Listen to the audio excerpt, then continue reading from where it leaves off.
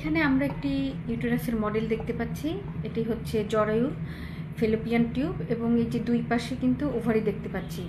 এই যে দুই পাশে ওভারি রয়েছে।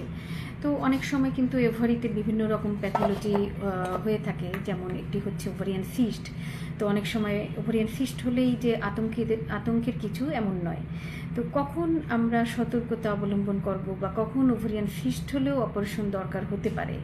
একটি হচ্ছে ওভারিয়ান সিস্ট যদি খুব বেশি বড় হয়ে যায় আকারে, যেমন 5 থেকে 7 সেন্টিমিটারের উপরে, কিংবা ফলো আপে থাকার পরও 3 মাস পরেও দেখা যাচ্ছে ওভারিয়ান সিস্ট আকার ছোট হচ্ছে না বা মিলিয়ে যাচ্ছে না, এটি বড় হচ্ছে, তো সেক্ষেত্রে কিন্তু অপারেশনের দরকার হতে পারে। আবার আরেকটি হচ্ছে ওভারিয়ান সিস্টের কারণে যদি পেশেন্টের পেইন হয়, যেমন অনেক সময় রাপচার হয়ে গেলে অথবা ওভারিয়ান সিস্টটি পেঁচিয়ে গেলে অনেক সময় এমার্জেন্সি অপারেশনের দরকার হতে পারে।